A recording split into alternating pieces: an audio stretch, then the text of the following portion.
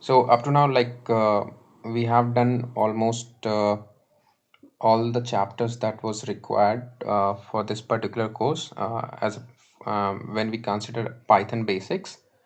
And today's lecture will be just like a deep dive analysis on few data types, that is list, tuple, sets, dictionary, because these are one of the most widely used data types. And then we'll check a few functions that we can use on strings as well. Okay, so moving ahead with the list, like we discussed in the last, lists are basically mutable means something that can change. And to make a list, we make a list by using a square bracket. So let's do it. So let's name our list as my list 1. So to make an empty list, what we will do is we will just make a square bracket and that's it. This is our list. Okay. So now if I want to add data into it, I can just simply add comma separated data. And it is not necessary that all the data that is being entered should be of same data type. That is integer. I can also have float in this. Float means decimal values. I can also have characters. Characters means anything that is enclosed in single quotes. I can also have strings. Strings means anything that is enclosed in double quote. And also I can have a list inside a list. So a list inside a list is something like this. I have a list which is inside another list. So these are the different ways we can do. Okay, let me run it. You see, I have got a tick mark, that is, there is no error in this. So this is the basic list. Now what if I want to add few things into my list? To add or to remove anything out of my list, there are certain commands. Okay. Let's change. Okay, so my list 2 is equals to 1 2 comma 3 comma 4. So this is my another list and I want to add some extra element to it. So what I'll do is I'll use a function called as append. Append function, basically what it does is it adds one extra element at the last. Just a second. Okay, so if I want to add 5, so I'll write my list, the name of your list, so my list 2 dot append. So append function is used to add anything extra, like any new element at the end. So I want to add 5. So it is done.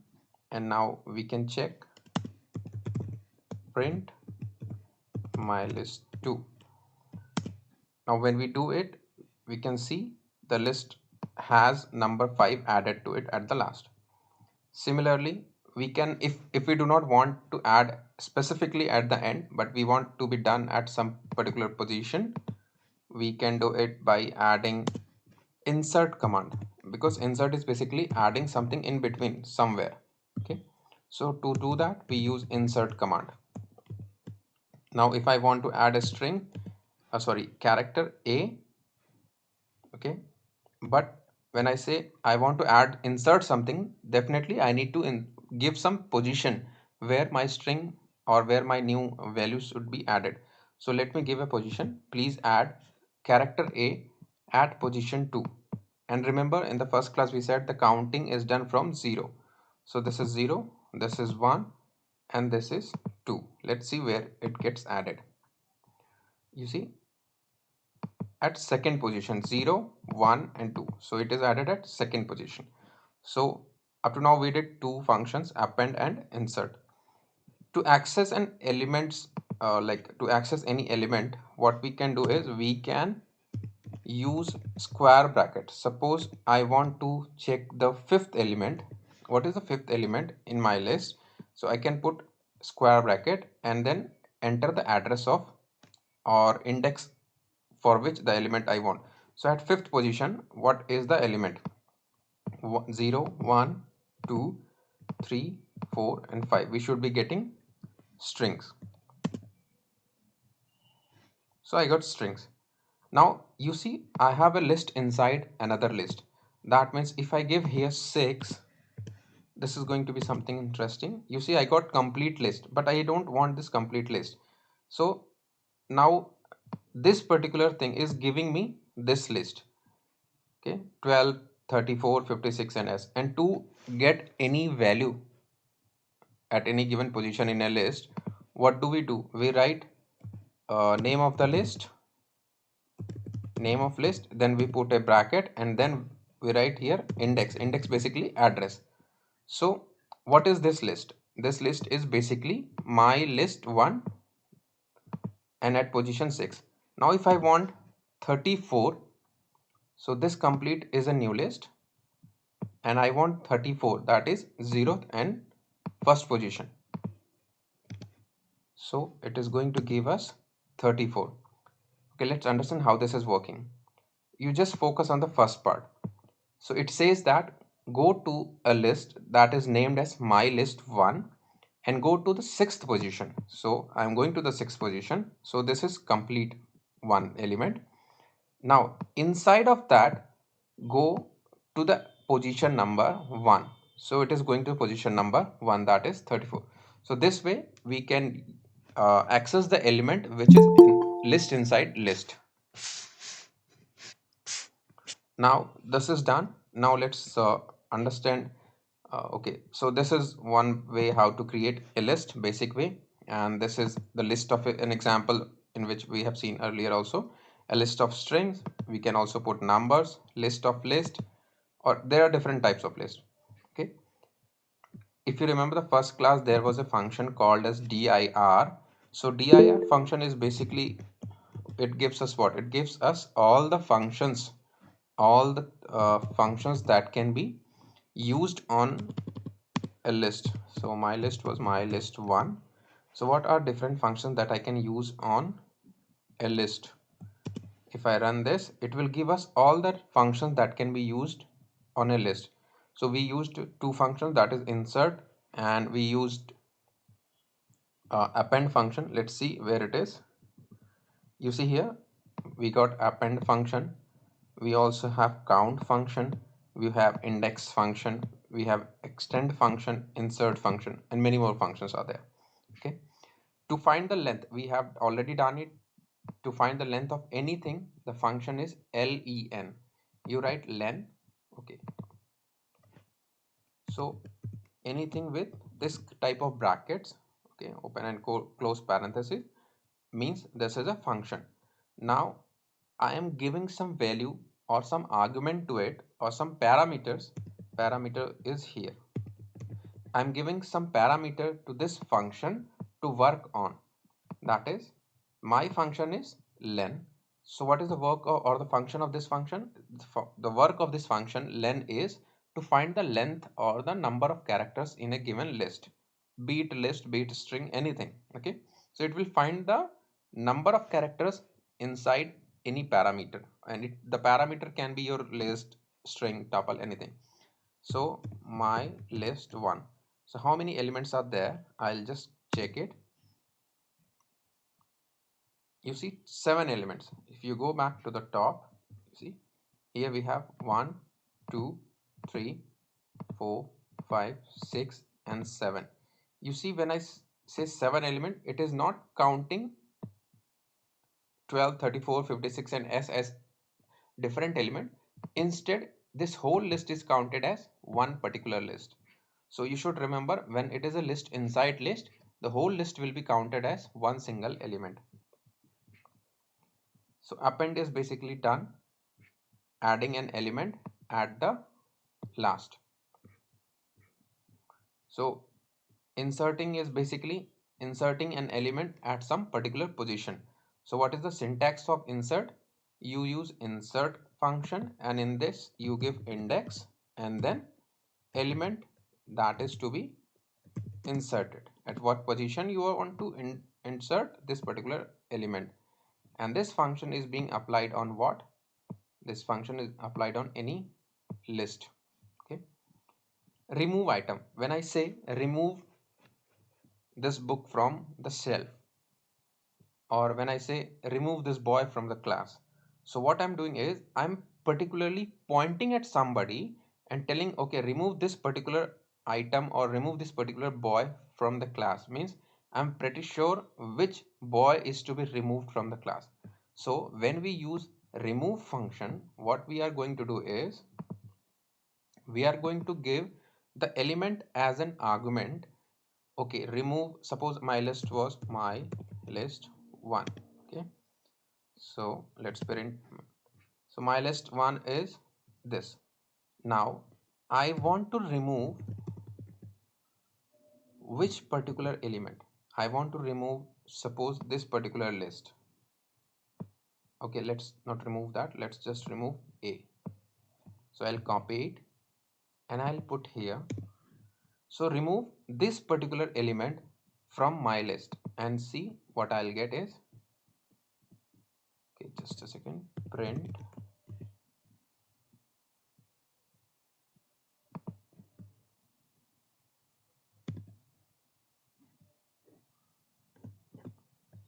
Okay, so what's happening? Okay, just a second. I have to rerun it again because it's already removed now. Rerunning it means that particular item is again back into the list. Okay, here. So my list 1. You see A is here. Now if I remove it and print it, what's happening is,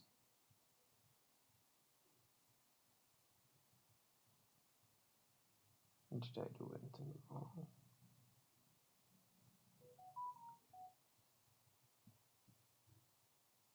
Okay, just a second.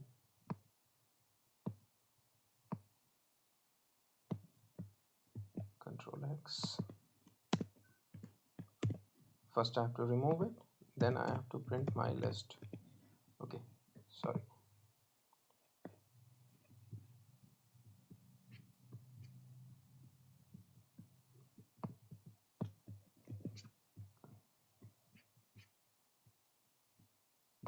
Yes. So again I'm making my list and then printing my list here, and then in this line particularly I'm removing it and then I'm printing it. Okay, you see now the A element is removed. Okay, so now you do not see here the A element, and if you want to check the length, you just use the command len, and you can see now we have just 6. You have to comment it because this element is particularly already removed. Now it is searching and it is not finding it. That's why we are getting error here. You see this particular line is giving me error because X not listed, because we have already removed A from here. Okay, that's why it's giving me error. Now if we comment it and we see, we have just 6. So there is another function called as extend. What does extend and append do is, let's understand here again.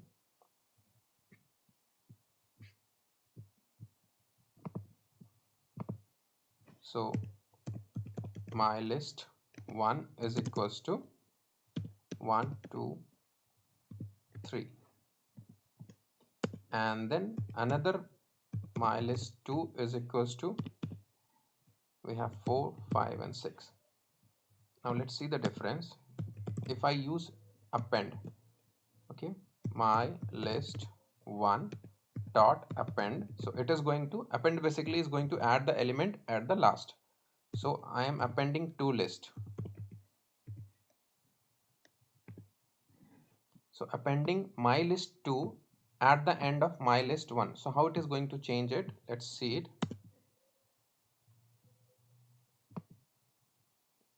Again I'm writing it in this print. Okay, I have to cut it. This is a common mistake I do. Okay, so here is, I'm giving that function, and then I'm going to check my list 1. Now I run it.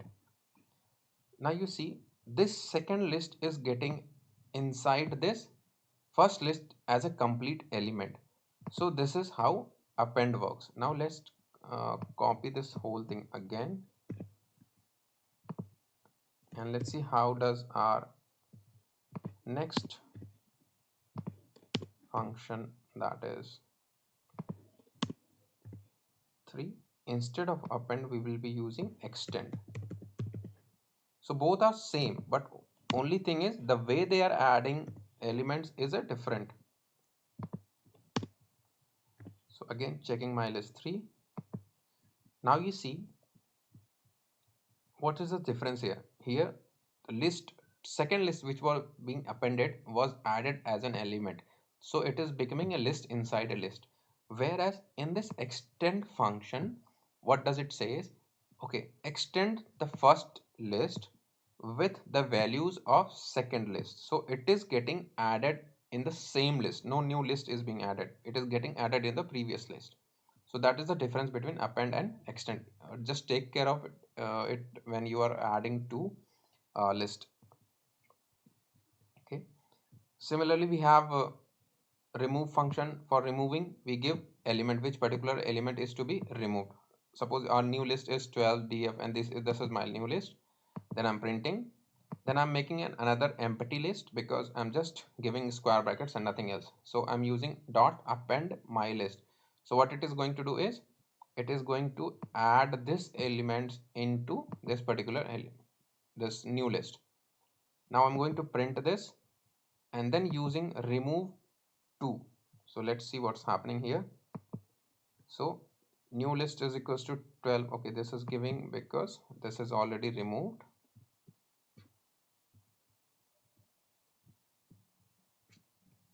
Okay, we can take another example. Let's comment it.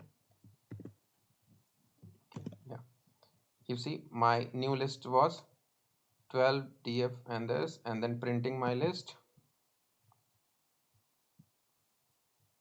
instead of my list it should be new list.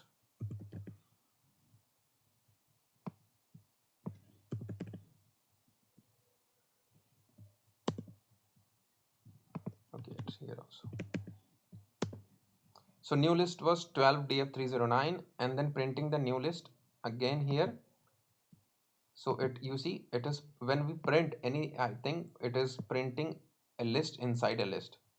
Now other is a blank or empty list. Now I'm appending. You see it is getting copied in this new list is getting copied in other list. This is a way to copy one list into another list. You can use append function, or you just directly can new put other is equals to new list, so new list will be getting copied. You can use this way also, other is equals to new list. By this way also you can copy it. So there are different methods to remove an element. We have del, then we have pop, and then we have remove. Remove a particular element, pop any particular element, or delete an element or list. So there are a basic difference. When you use remove, you have to pass which particular value you want to remove. When you use pop, you have to give the position, like which particular positional value you want to remove. So in pop, what I'm going to give is remove second element, so it is going to remove this particular thing. But if I want to use remove function, I'll use remove, then in bracket bill. That is the basic difference. Okay, let me show it. My list. So this is my list. Now if I want to use remove we have already seen. Now I'm using pop. Pop is basically going to remove at particular position. So I'm removing 0 1 2 3, third position, that is 4 5 6. Now if I run it, you see it is removing which element, 4 5 and 6. So this is giving us what? This is giving us the removed element. Now if I want to print my list 1, you see the remaining elements are, just a second. Okay, I have to comment it because it's already removed. That is the problem you will face when you run remove function, del function or pop function more than once, because element is already removed. Now again you run it, then you will be getting error because system cannot find that particular element into the given list. So now if I run, you see the now 1, 2, 3. Earlier it was also having 4, 5 and 6. So it is removed here. Then we have a membership function that is in and not in. So this is going to give us a Boolean answer whether an element is inside a list or whether an element is not inside the particular list. So if I have a list, suppose my list was this 1, 2, 3. Okay. Now if I want to check whether an element is inside this or not, I can use in command.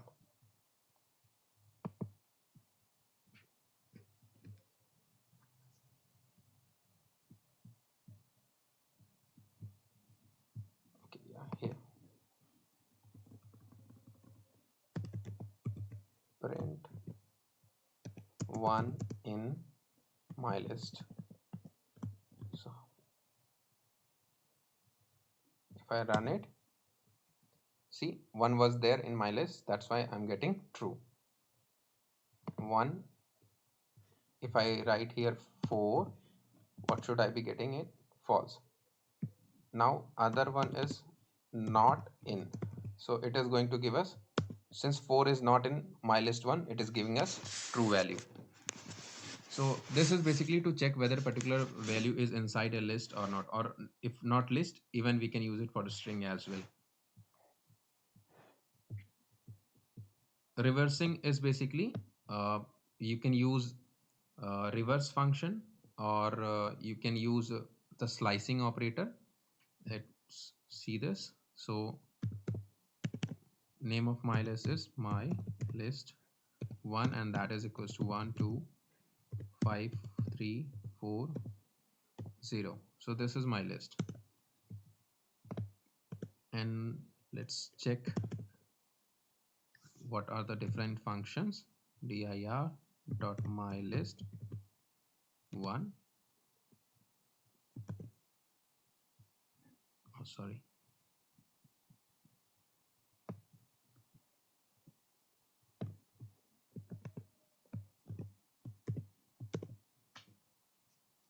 okay. Now let's see if the reverse function is there or not. Okay, we have reverse function here, so I'll just copy it.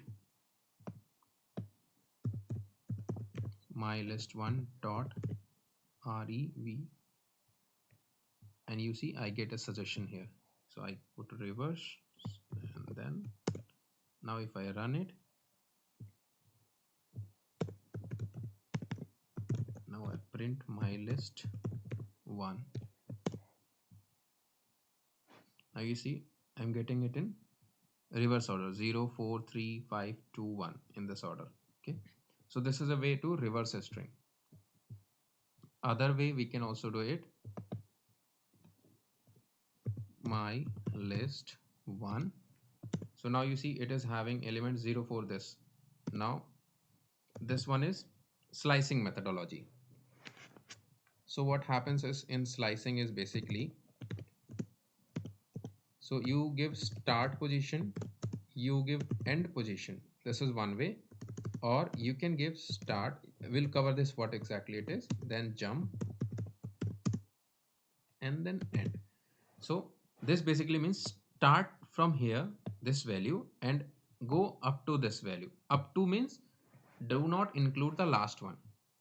Then this, if you write 3 values separated by column, means start from here and jump by these many values and end. Now let's take an example. If I write here 1, start from first position and go up to 5th position. In the second way, start from first position, check every second element, that is jump at a stage of 2 and check up to 8. So this is another way. So now let's see reversing in. If you do not write here anything, this is going to take from 0. Okay, so if I write here -1, so what it is going to give is from starting. Okay, start from back here. Start from back, -1 means remove the, do not count this up to here. So it is giving us this thing. Now you have to best thing is you just practice check with different element from second to fourth. Let's take fourth. What this is going to give us? So it is going to give us second. This is second value and this is third value. So fourth is not included. Okay. Now let's see the jump statement. Start from 0th position because I'm not writing anything, then jump by 2 step and up to 4th or 6th. Now if I run it,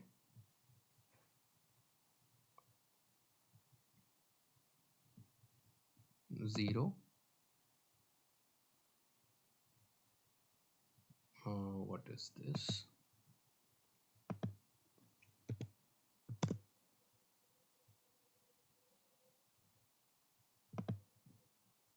Zero, 1, 2, 3, 4, 5. Okay. Now just gonna start from first position, 0, 1. Print this, then jump 2 steps, 1 and 2. So we are here, and 5, that is less than 1, less than this fifth element. So it is here. It should also give us 2, but why it is not giving me? Okay, I'll check it again later, but as of now let's see the reverse one. If I write here -1, what it is going to give us? Okay. So start, no jump position, but we are giving -1. In this case it is going to reverse the string. This is the syntax of reversing a particular string or anything. So if I store anything like a string, like name is equals to, if I write this and I use this name -1, so this is going to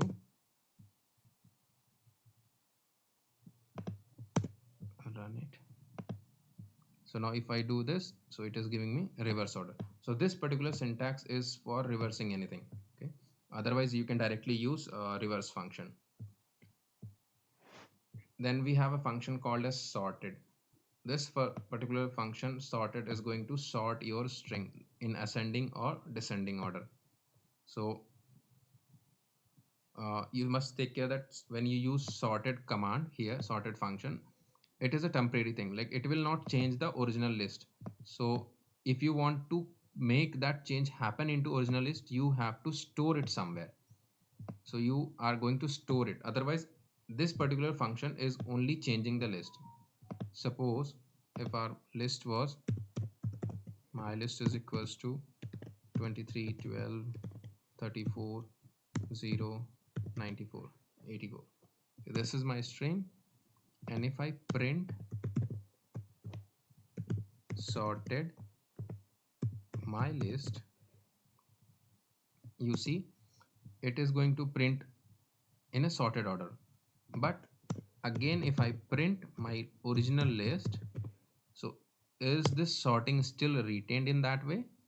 No, it is still giving me the original format. So that means this particular function is giving me temporary sorting. So if you want to make it permanent, you have to store it somewhere. That's why here I have made another variable and I'm storing that thing into that particular variable. So there is a default way, that is it will always do the sorting in either ascending order or descending order. But if you use this second argument, that is reverse is equals to true, so what it is going to do is, okay, so first let's do it true. You see 29, 12, 12, 7, 4. So it is 29, 12, 4, 7, 12. What's happening here? Just a second.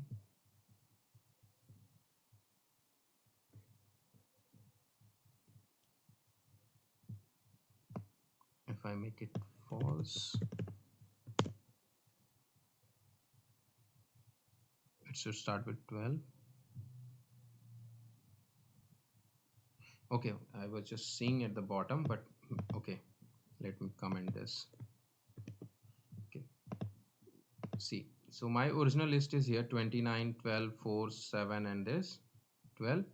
Now, if I write it false, it is giving me in ascending order. But if I write it true, it is going to give me descending order. So if you do not write this, so by default, it is going to give me same 29 and this, or it is ascending. Just a second. Yeah, by default, it is giving me in ascending order. But if you want descending, you have to write this reverse is equals to true, then it is going to take us in descending order. And multiple references is basically like copying. So if you copy this, if you want to copy one list into another, like I did in earlier stage, you can just make it equal to some other variable and it is going to copy it. Otherwise you can use append. So now splitting a string to create a list, you can use split command. Split about what character? So split, okay, my string is here, I have a string and it is having a delimiter or some character that is repeating comma comma comma separated values. So I want to make a list out of these strings, and it should be like separated from what, it should be splitted from one particular character, that is space. Wherever you get a space, split into one particular element. So you give this value to which you are going to split, dot split, and against, like against which particular character you are going to use. So I'm going to use comma. So every time I'm getting a comma in this particular string, it is going to make it a new element. You see at the end we are getting apple as a one separate element, and banana as a separate element, and then grapes as a separate element. Let's check one interesting thing here. If I print the length of my string, what it is going to give us, it is going to count every single thing here. Oh, S is capital. So we have 19 here. But now if I print the length of split string, split list, what are we going to get? Spelling mistake. L is capital. So we will be getting just 3 because this whole string is converted into elements. So here we have 3 elements only. Earlier it was one single unit and we counted it as 19 including the comma. Even if we have some spaces here, you see it is going to count those spaces as one particular, because we are separating against comma here. And you see here the length is 20. Then indexing is done. Like if you want to access some particular element, you can use the square bracket. Okay. For a string, how does the index, this splitting, not splitting, but my string, how does this indexing work? So if I write here 0, it is going to give me A. If I give here 19, it is going to give me E. E or S something. Yeah, S. So this is what you do. Indexing is same for anything, like you will use square brackets and then you give the address at what particular index or position you want the character or output. So this is similarly, this is, we have already done list slicing. So this is a plus operator we can use. Suppose we have a list 1 and then second list is this. So if you want to join these two lists, you can use plus operator, but make sure to store it in another variable if you want these two values to be joined and you want to use it. Otherwise it is same as sorted. If you do not store it somewhere, it is temporary arrangement. So if you want to count like how many times this particular item is occurring, like 12 is how many times. Suppose I have a list of numbers in a class there are 100 students and 50 have failed, and 13 have got distinction, that is 75 plus, and few 10 or 5 are above 90. So if I want to count how many people have got 90, I'll use the count function here. So because I'm not going to count every single individual mark, I'll just use count function. Okay, so count, and then you put the element, and you will have the number of elements. Okay. Oh, and we have looping. Basically, for loop is how we access the elements of a list. So this is a list particularly, so we have 0 and this is 1, 2 and all. So let's understand the for element. For element in list item 3, it is not necessary that you write element here. You can also, let's change the element to, okay, wait, I'll just copy this. So I'm making a for, okay, I in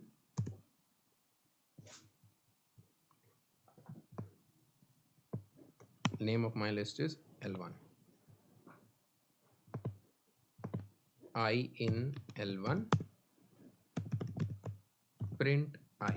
So what it is going to do is, here for is representing a loop, means anything that is going to be repeated again and again. So it is going this way, that I is a variable that is going to represent each value in the given list. I is going to represent each value in this particular list, and then I'm printing that particular element. So first time if I run it or execute it, what it is going to do is, Python is going to make I is equals to 12 when it is running for the first time. When it is running for the second time, now I is equals to 43. So Python is going to iterate over it. Iterate means like increase one by one, like move in the forward direction. Okay, so I is coming here, okay, I will be 12, then I is going to next, then I is going to next. So now if I do it, so I is taking different values from the list and printing it. You see all the values are printed here. Then we have something called as list comprehension. Okay, so I particularly do not like this because it is if you know how to write normal function, it is more than enough. If you know normal coding, it is more than enough. Comprehension is basically writing multiple lines into a single line. Suppose this is empty list, okay, for I in range 4. 4 is basically up to 4, not equals to 4. When I say range 4 means it is going to give us numbers from 0 to 3, including 3, excluding 4. Okay, my list dot append I star star 2. This is basically doing the square of the given number. So first I is equals to 0. So range function is, this is going, if you just simply print here, print I, it is going to give me all the numbers. See, 0 1 2 3. Okay. Now I star star 2 means it is going to square the numbers. So square of 0 is 0, 1 is 1, 2 is 4 and 3 is 9. Then one by one it is going to square the number, and then we are using append function. Append is going to add that particular number in the list. Okay, so let's see it how it is changing. If I print my list here, it is going to show me how it is changing by every step. So at first I was 0, and the square of 0 is 0, and that is getting added to the list. Then 1 is added because square of 1 is 1. Then 2, I becomes 2, and the square of 2 becomes 4. So 4 is added, and 9 is added. So up to here you see this is the line, and then at last print is this particular item that at the bottom. So this is normal way to write one particular code. Now if I want to do comprehension, what I'm going to do is I'm going to write it in single line. So my new list is equals to, I'm making a new list. So this is my list. Okay, this is way to make a list. So what I'm going to do is I'm going to write a for loop for I in range 4. So this basically means make a for loop where I will take values from 0 to 3. Okay, now what I have to do with that I, so I will, sorry, now I is going to be squared. So what action is being taken is written in front of it. First here, then second step is written here on to the left side. So this is way of writing, and this is called as comprehension. So now if I print, you see my list, print my new list. You see 0149, this is same. So either you write it this way or you can write it this way. So this is just saving space and nothing else, and this is just same thing written in expanded form. So whatever method you feel comfortable, you can choose that particular. So basically I do not like comprehension, so I'll like if you can google it, you can check, there are different methodologies uh, or steps you can follow to make it easy to understand. But as a beginner level I avoid it because this is a bit on a higher side, so it's better to avoid. You can use the normal method because it's also giving the same result, so you can keep it like as of now you can ignore it. At later point of time when you are good enough to understand complex codes, you can try the comprehension because it makes your code more neat and more easy. You see here when I say neat and easy, so this is one particular code and the same code is written here in one single line. So that is the beauty of comprehension. But as of now I'll suggest you do not get worried about that because you can also do it in a normal format. So here we are doing a 2D or the matrix, a list, second list and third list and fourth list. Four lists are being combined to make a 3 cross 4 matrix. Sorry, 4 cross 3 rows into column, 4 rows and 3 columns. So this is all examples of list comprehension. So this is squaring, and then this is giving a value of x comma x tuple side. Then this is checking whether a number is even or not, and then this is checking, I suppose, stores the half of a number 1 to 9. Means you can do plenty of things, but I don't like it. Okay, the next data type is tuples. Tuples are immutable, means that cannot be changed. Okay, so if I say that cannot be changed means you cannot delete items, you cannot add items, but always you can access those items. So to make an empty tuple we use this kind of parenthesis, and you have to suppose my tuple is this. So if I want to make a new tuple I can write this. Otherwise you can just uh, write some comma separated values. Simply just I want a comma b, so this is also a tuple. But if I do not want to anything written between what I said between these parentheses, it is a tuple, but this particular thing is not a tuple. Let's check. Print type my tuple. So this is not a tuple, this is a set. To make it a tuple we have to add here one comma. Then the Python will understand, okay, there could be more values, comma separated values, even given parentheses. Now it is treated as tuple. So if you are using just one single element, always use a comma at the end. Otherwise, it will not be a tuple. Other way is make a simply tuple with parentheses. Okay. So you can also have a tuple inside tuple or a list inside a tuple here.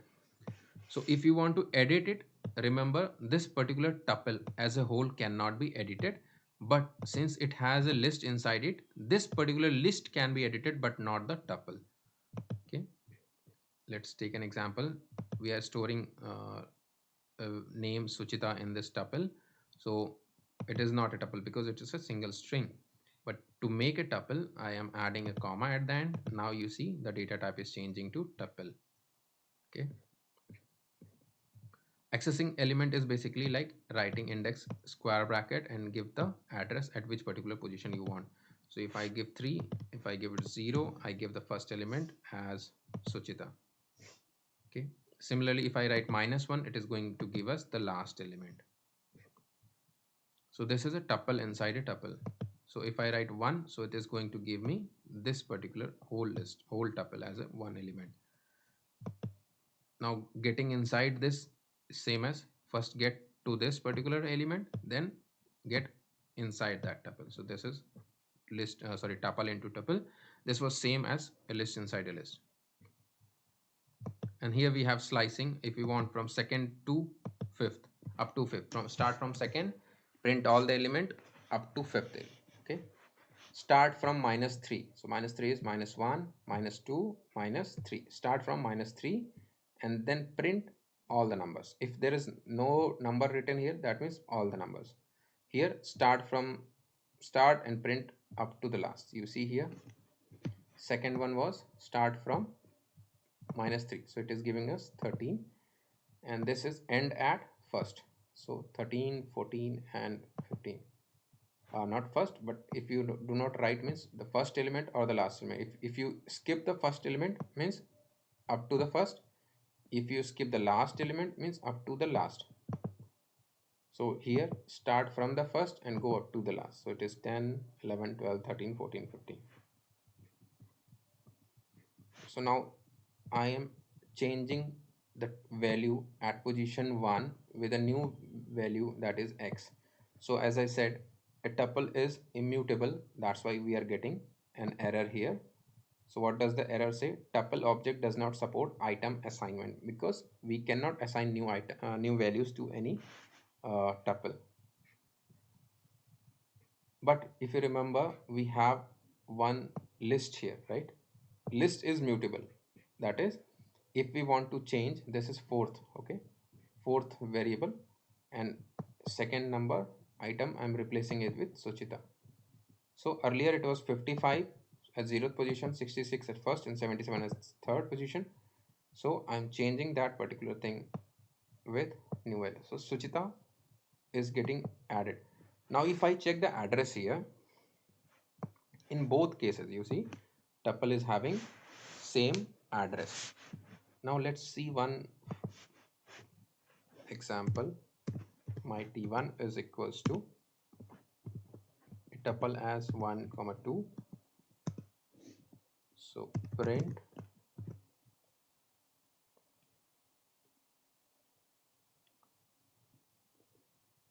id is basically going to give us what memory it is taking, like memory address it is taking inside the Python, mt1. Okay, so this particular tuple is getting stored at this position. Now let me make a list, and this is a new empty list, and this is equals to, I'm copying all the values inside a tuple, and then I'm printing,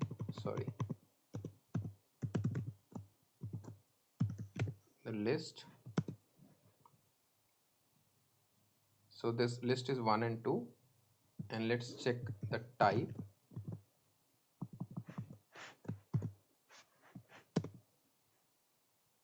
So I have seen here that this is a tuple, not a, because I'm just copying it.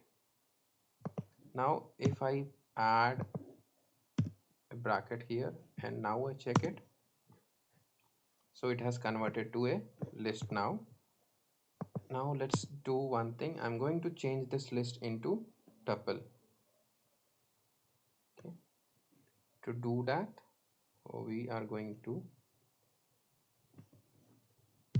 save it back again into the same name. Okay, I'm passing that list, and I'm going to print type my t1 to check whether it has converted or not.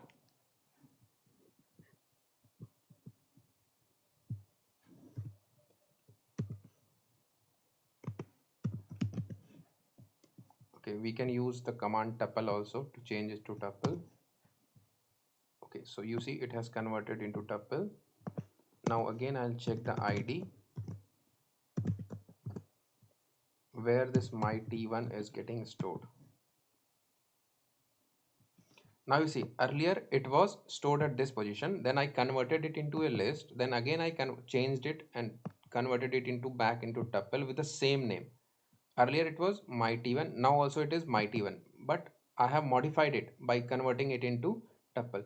But you see the address has changed, so I cannot say my t1 at the first point here is same as this my t1. These both are, although the names are same, but these two are different. Okay, because you see it is occupying different address, so both are stored at different locations. So these my t1 1 at first time when we wrote and my t1 1 at second time, both are not same.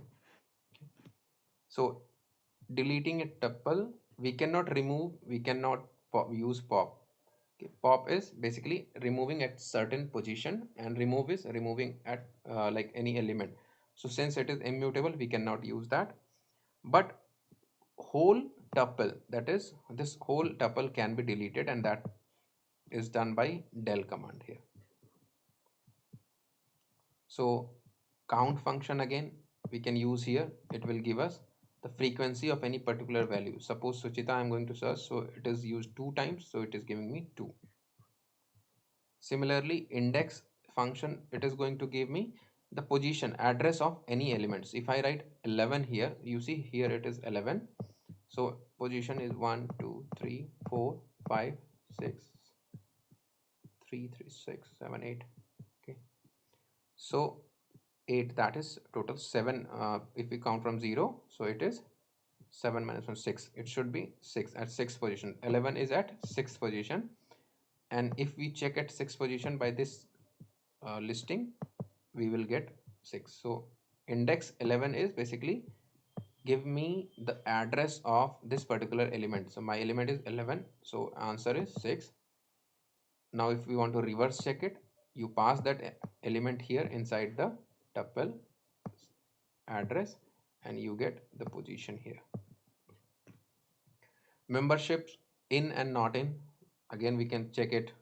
244 in my tuple, this is if there this value is inside this tuple, it is giving us true, otherwise it is going to give us false. So length of tuple we can find with the len function. Sorting, we can use the same function, sorted. Okay, so this is a tuple that also has a string here.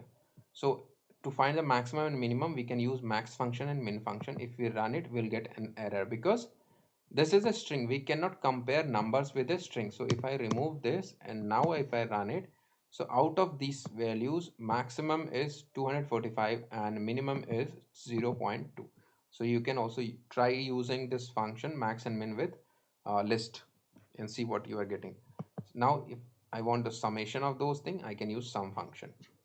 So if you do not know like what are the different function, you can always use dir. Dir is going to give us what kind of functions are available. So these are the general functions that are available. Okay, this is all the functions. Then we have sets. Sets, how do you write sets? Sets are written in curly brackets, and one thing that you have to understand is this is unordered. That is, you cannot use address or indexes to find any element. Second thing is unique values. There, like if you are going to store duplicates value, it will remove one of the duplicate and it will keep just the non-repeated values. Set is a mutable. Mutable means that you can add or remove items in a set. So you can, if you set is a mutable, you can always use pop, remove, and all those functions. Okay, and there are few operations that you can perform, that is union is okay. We'll do it by example. So if you check the type, you get the type as set. Okay, this is one list here, and I'm passing. Okay, to convert anything to list, I can use list command. To convert into tuple, I can use tuple command. To convert it into any set, I can use set command. Okay, so I am converting this list of 1 2 3 4 and 1. You see 1 is repeated, and I'm converting it into a set. Now if I change and run it, you see 1 is being repeated in the list, but in the set it is not getting repeated. And then adding an element, this is a set, and if you want to add, use the function add. If you want to add multiple elements, you can use update function. Okay, in update you just pass a list, whatever the values here are going to get, it will get added here into this update is same as extend function. Extend is used for with the list, and update you can consider it for sets. Similarly, you can use remove function. Okay, so remove function, what happens, it removes the element, but if that element is not there, it will give us error. Like earlier we as I said, we cannot use this two time. We cannot run the same statement two time, because once it is removed and again you want to run it, the remove command, so if it will not find that element, it will give us error. So if you do not want that error, you can use the discard function. Pop is going to remove like if you give in others like list or okay, yeah, list. In list we have to give some address here or some indexes here, but it was ordered. So like you knew that at 0th position we have some element, at first position we have some element, but since this set is not an ordered correction, what happens here is if you use pop, it is going to remove any random value. Okay, you see if I'm removing 34, it is giving me error because 34 is not here. But instead of this, if I use discard, you see here discard 14, let's use discard here.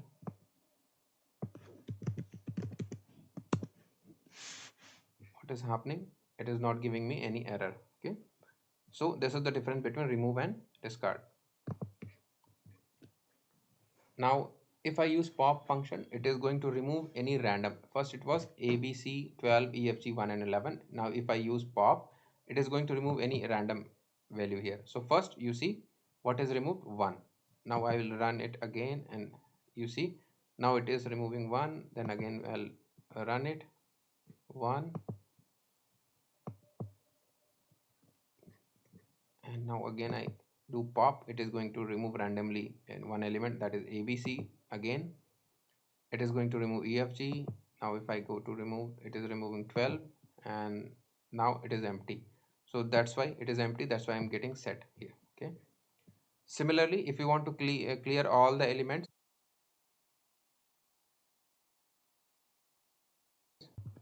if you want to clear all the elements in one go, you can use clear command. Clear command is going to basically empty this whole set in one time.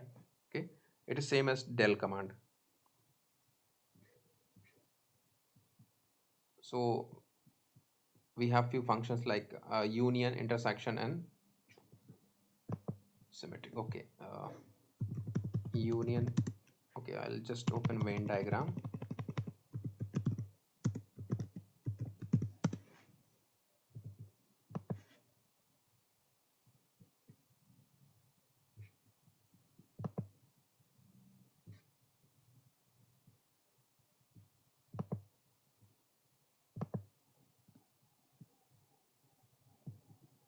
Just a second.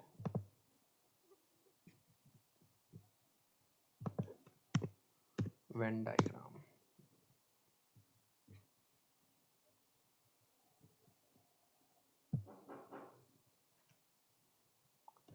Just a second, please.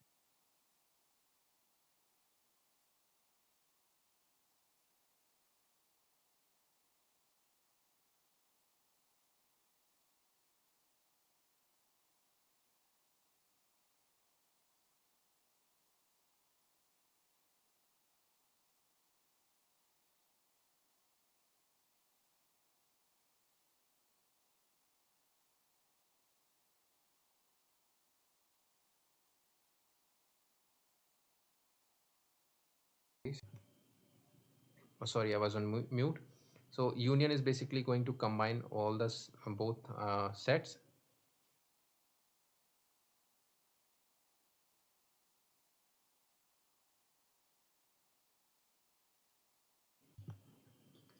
and the set 2 has 3, 4, 5, 6. Now you see 3, 4, 5 are the common element.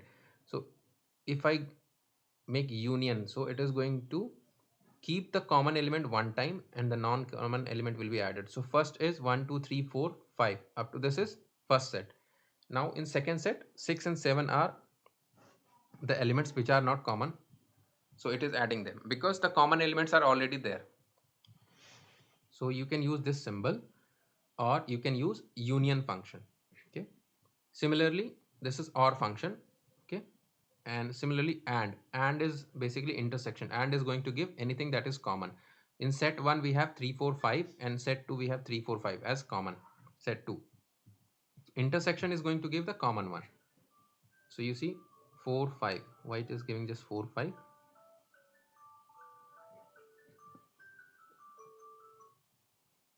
Okay, it is showing me here frozen set. My set1 dot intersection. Okay, what is frozen set? We'll cover it after few minutes. Just ignore as of now. So intersection is basically going to give us 3, 4, and 5 here. You see, that were the common elements. So my set 1 minus my set 2. It's to understand this difference one. You understand. You can use the difference command. So here you have these many elements. Out of these elements, subtract these. Okay, so the commons will be removed from this first set and only the non-common element from the set 1 is going to remain. So if I write set 1 minus set 2 means remove all the elements that are common in set 2 and set 1 from set 1. So the common elements are 3, 4, 5 are getting removed here. Then we have symmetric difference here basically.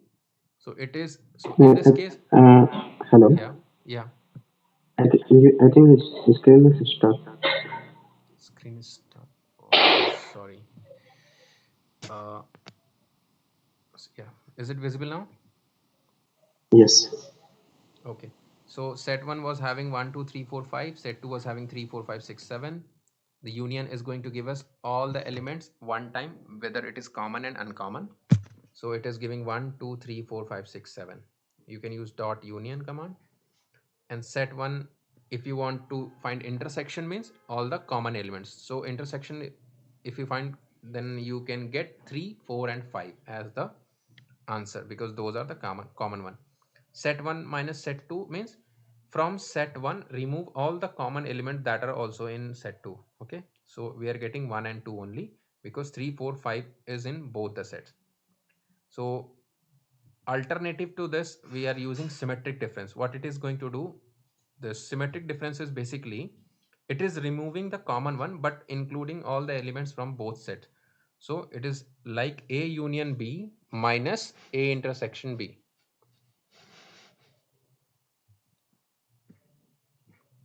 Don't worry about it, like if you do not understand, just to understand this particular part you just google uh, Venn diagram, and I think by that way you can understand in better way. This is class 9th and 10th concept. You can find in the maths book any if you want to understand in great depth. Okay. Subset means uh, any set that is part of another set.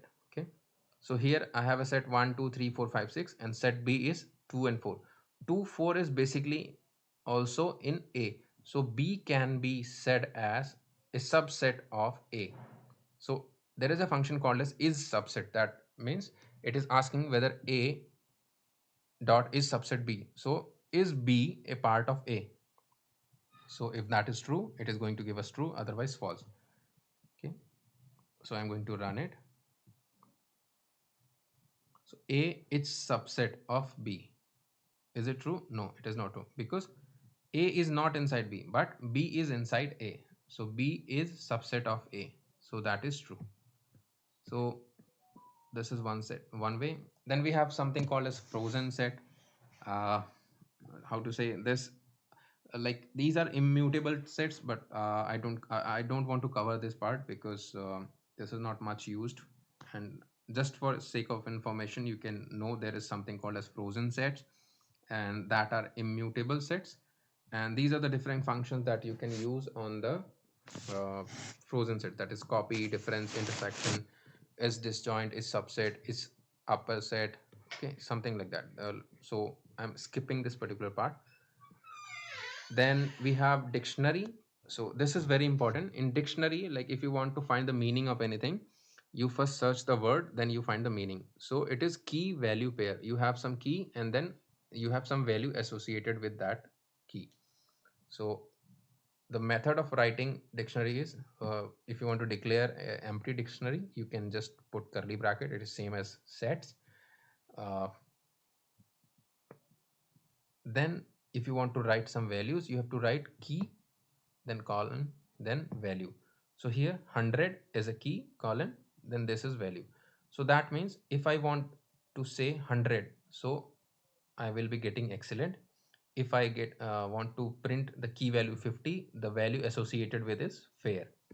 Okay, so print my integer dictionary, it is going to print whole dictionary as it is. And then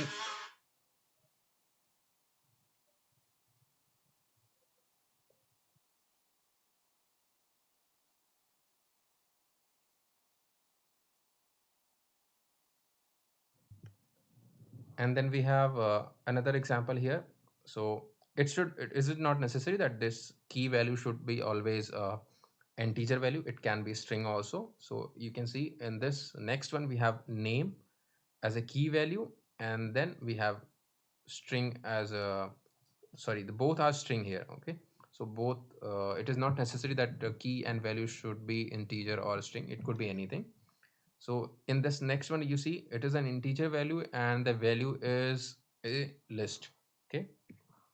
So another way, like I said, we can make set by using set function, list by list function, and tuple by tuple function. So similarly, dict function can be used for dictionary.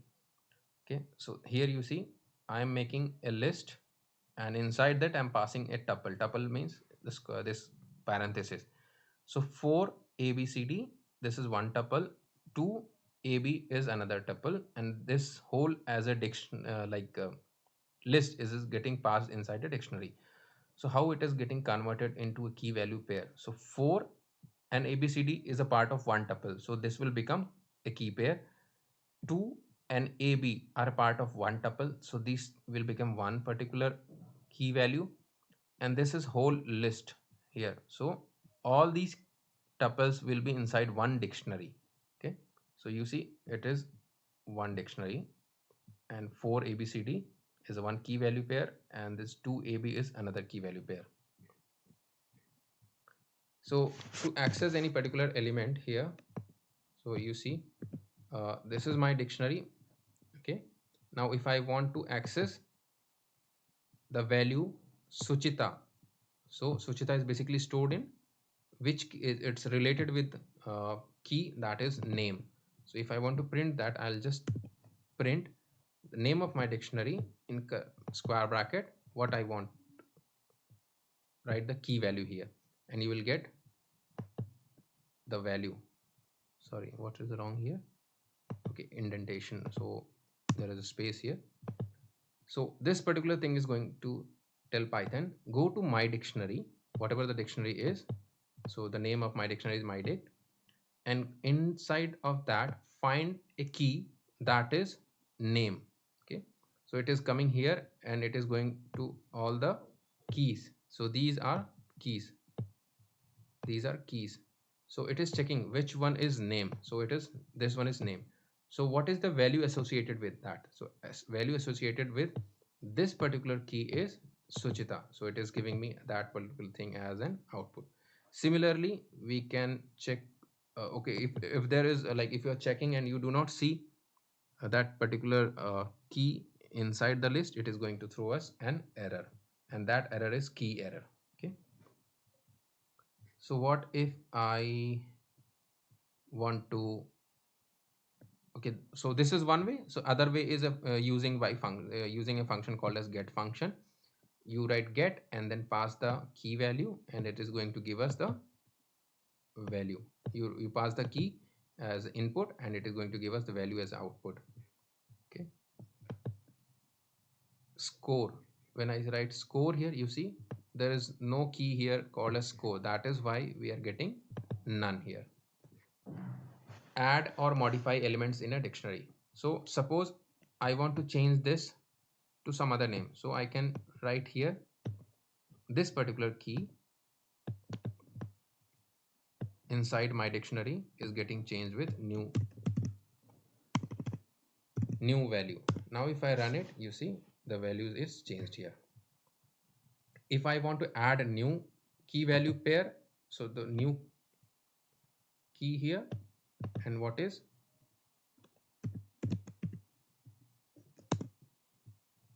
the value, you see it is getting added here. Let's try bridge here. So the value already I have added here bridge. So is it going to add bridge again? Yes, it is going to add bridge again. So values need not to be unique. So I have two values. One is associated with name and other is associated with division. Both are same. So it is okay. I can add that. It's not a problem.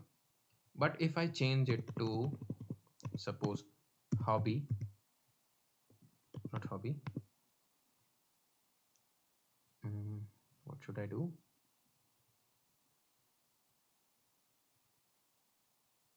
Okay, just a second. I'll make another dictionary. I dictate equals to, so a1 is equals to, this is one value, not like that, 1, this is a key and this is its value. Then we have 2 and then its value is 2. And now again if I write 1 and here some value, and if I try to run it, you see it is running. But what is happening is if I try to print which particular item is going to be there, this one or this one, because key should be unique. Okay, but here we have two, so which is going to be printed here? My D. So you see the latest one is there, that is this one. The older version gets deleted here. So it will always have only one key. Unique keys are there, but values can repeat. Okay, so you see here bridge and bridge are as two times associated with two different keys, but the key value is only one time. It cannot be repeated. So the latest one will be there, other and the older one will be deleted. So similarly, pop function, we can earlier we used to give what? We used to give the indexes here, but since dictionary works on key value pair, so here we have to give the key. So our key is marks, so it will remove this whole pair here. If I run it, you see the marks is gone along with the 92. So then we have delete function, del function, that will remove it is going to remove this particular key. Where is marks here? Yeah, so this is another way it is going to remove this. If you use clear, it is going to clear all the key value pair here. Everything is going to get removed.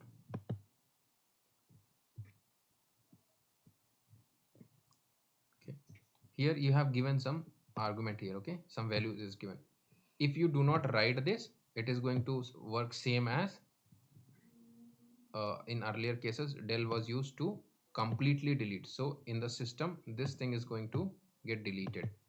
So if I run it, you see I'm getting an error because I'm trying to print something which is already deleted, that is not there. That's why we are getting an error. But whereas in case of clear, it is getting cleared, but this dictionary format is still there. Okay, let me run this. It is getting cleared, but dictionary is still there. Okay, the value like key and value pair is not there, but dictionary as an item it is there.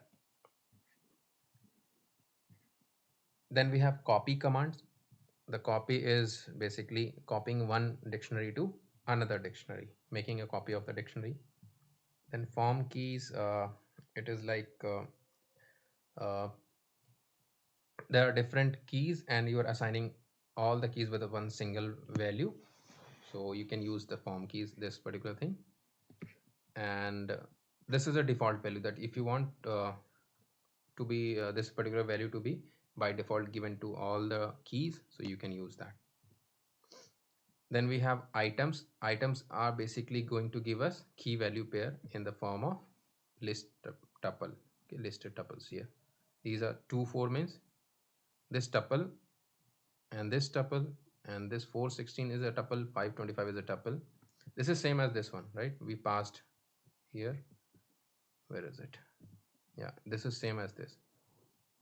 So if you use this command, it is going to do the reverse of that.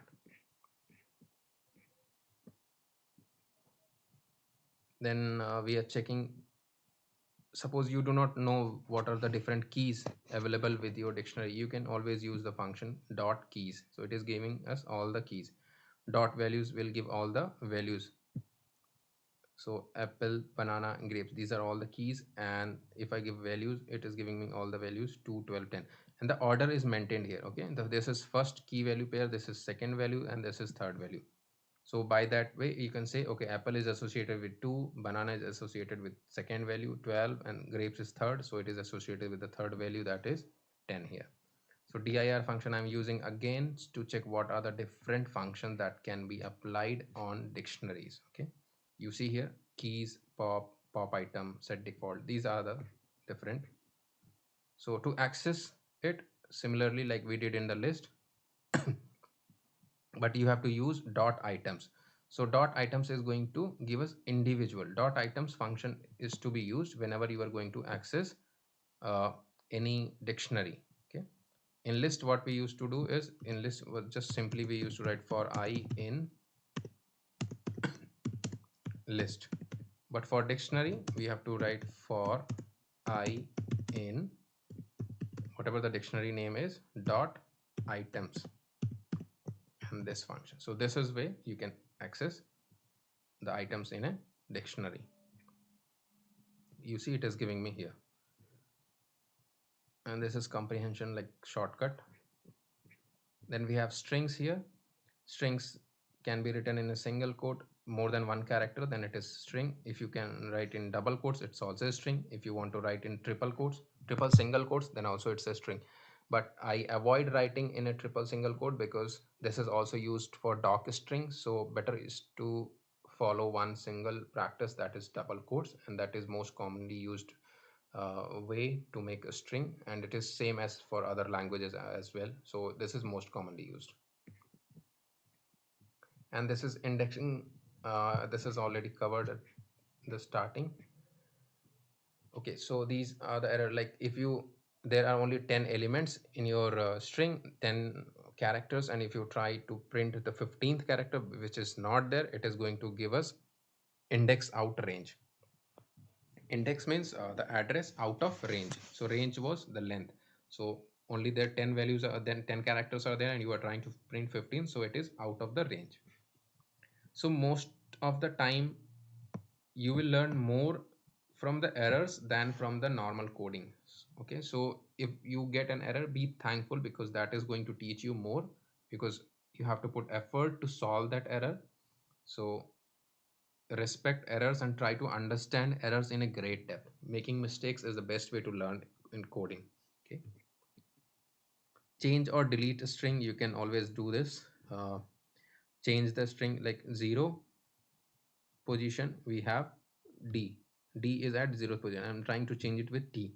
So this is not possible because strings are immutable, we cannot change d with t.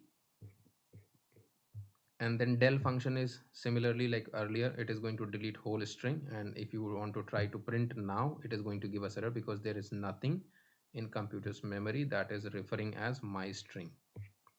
So there are different functions that you can use with a string, such as concatenation, means adding of two string. You can use star operator or the multiplication operator. This is basically going to repeat the string.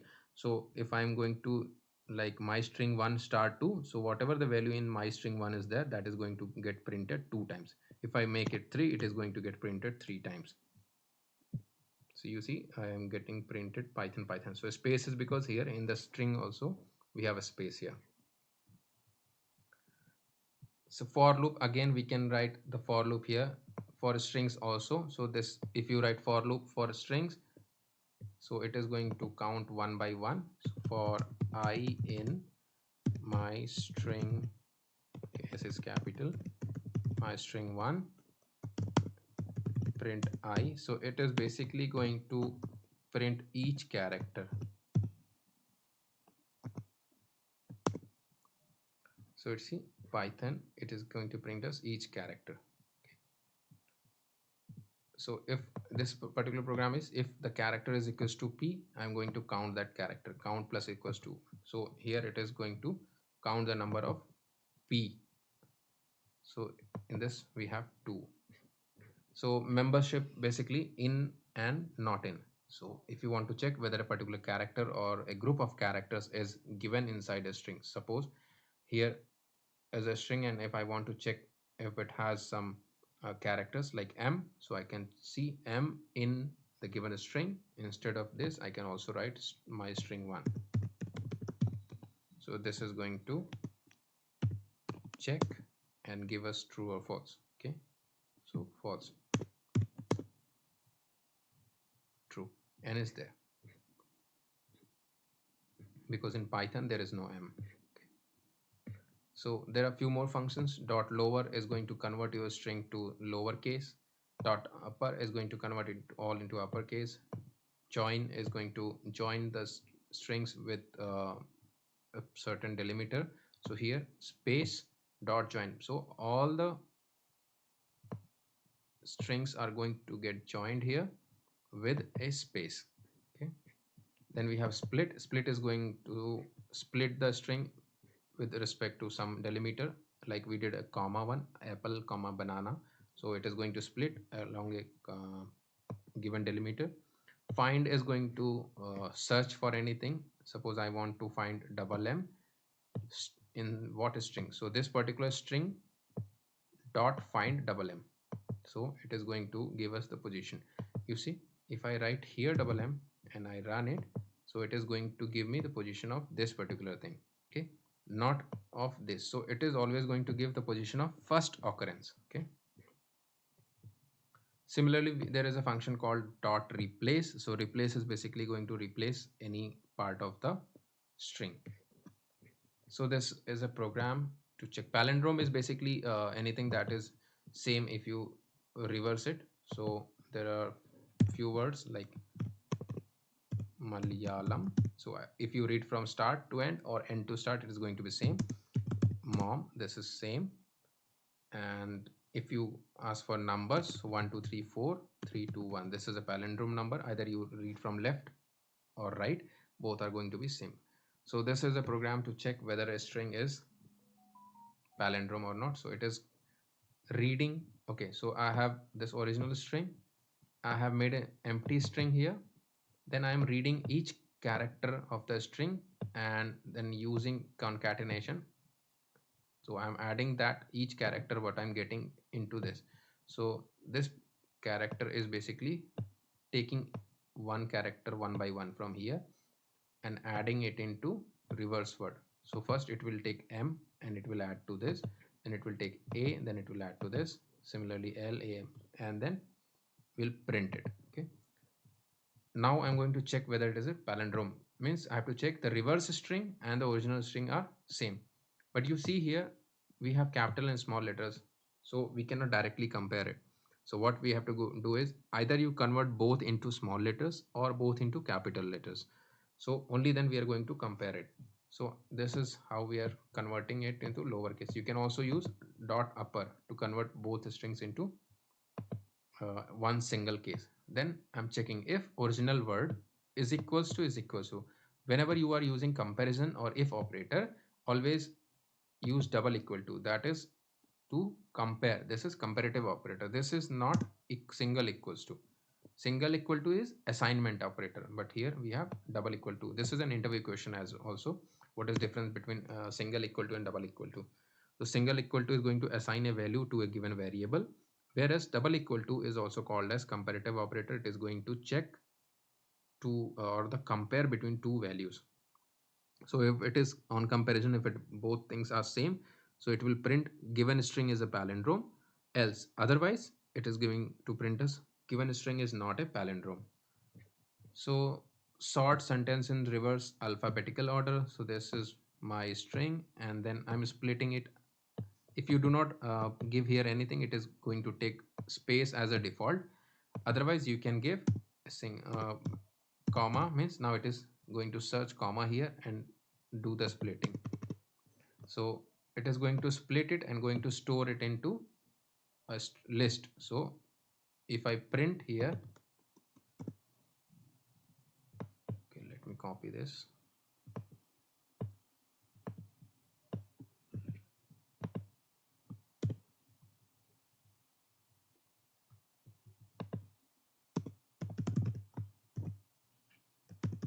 So if I print words, it is going to give us a list, and this is a, okay. If I give here comma, sorry, full stop, and then I want to separate against a full stop, so I'll write like this. Now I'll get two things. You see, before full stop and this is after full stop. So if you do not write anything, it is going to take a space. And this is going to sort function and sorted function. These are two different things doing the same job. Sort is a permanent thing, that is it is going to change the original list, whereas sorted is going to change temporarily. So I think this is last lecture of data types. Now we'll be starting either SQL, or we can start with Panda, NumPy, Scikit, and Matplotlib. These all data science dictionary, libraries. And before moving to that, I'd request please go through this and revise. And now a bonus part. Now when I said that you need not to learn how to code now, because it's different scenario here, you can use chat gpt.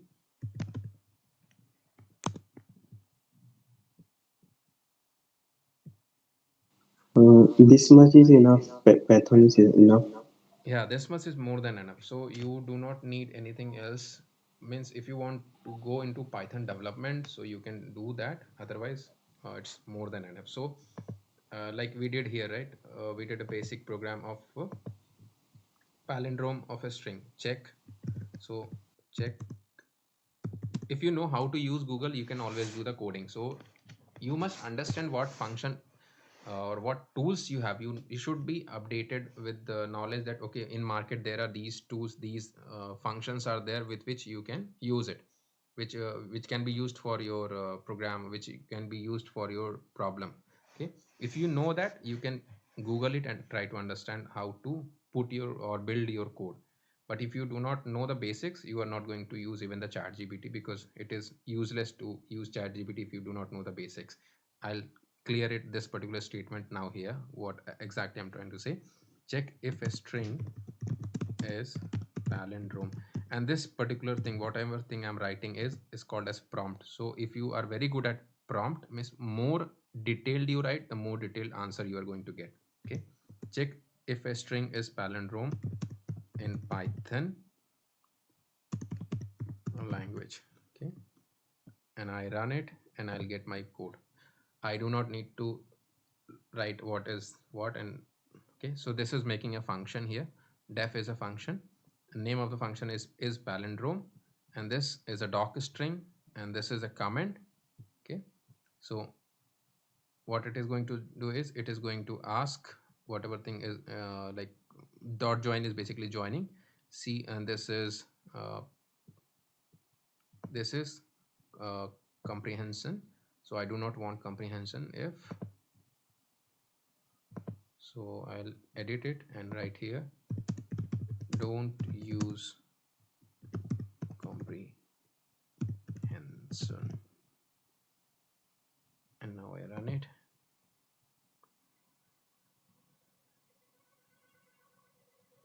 You see, now it is converted without comprehension, same as it is taking the string, then character, then reverse string, and it is checking if true, then return true, otherwise false. And then it is explaining what basically is, and here it is giving the main code. It is passing race car, and then it is passing hello. And when it is passing it, it is coming here. That string is getting here in, and it is getting stored in input string. Now each character in the input string is taken and it is stored in the reverse string, which is already as blank, and now it is copied. Now it is comparing. So here we have not done the upper and lower case. If I want that also, I'll just add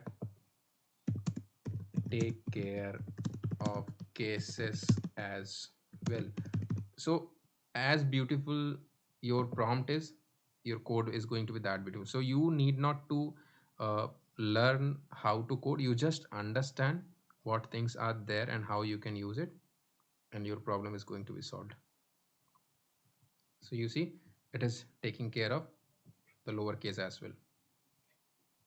So as you write the code, you are going to get some error and you are going to learn more. At the end, ChatGPT is there, or there are many AI tools, but do not depend solely on them. That okay, it is there, so need not to learn anything. No, don't do that. First, learn it. The concept should be very clear, and then you can always use ChatGPT or any other tool. Nowadays in interviews, they do not want to test whether you know to write some code. They just want to know whether you know the logic to write a code. You should be very familiar with the basic understanding how to build that logic, how to like break your problem into mini problems. So that is what they are checking, because everybody know there are different tools which which is going to help you to write the code. So writing a code is not a problem, understanding the logic is. So I suppose that is all for today, and thank you everyone. And if you have any doubt, you can please ask.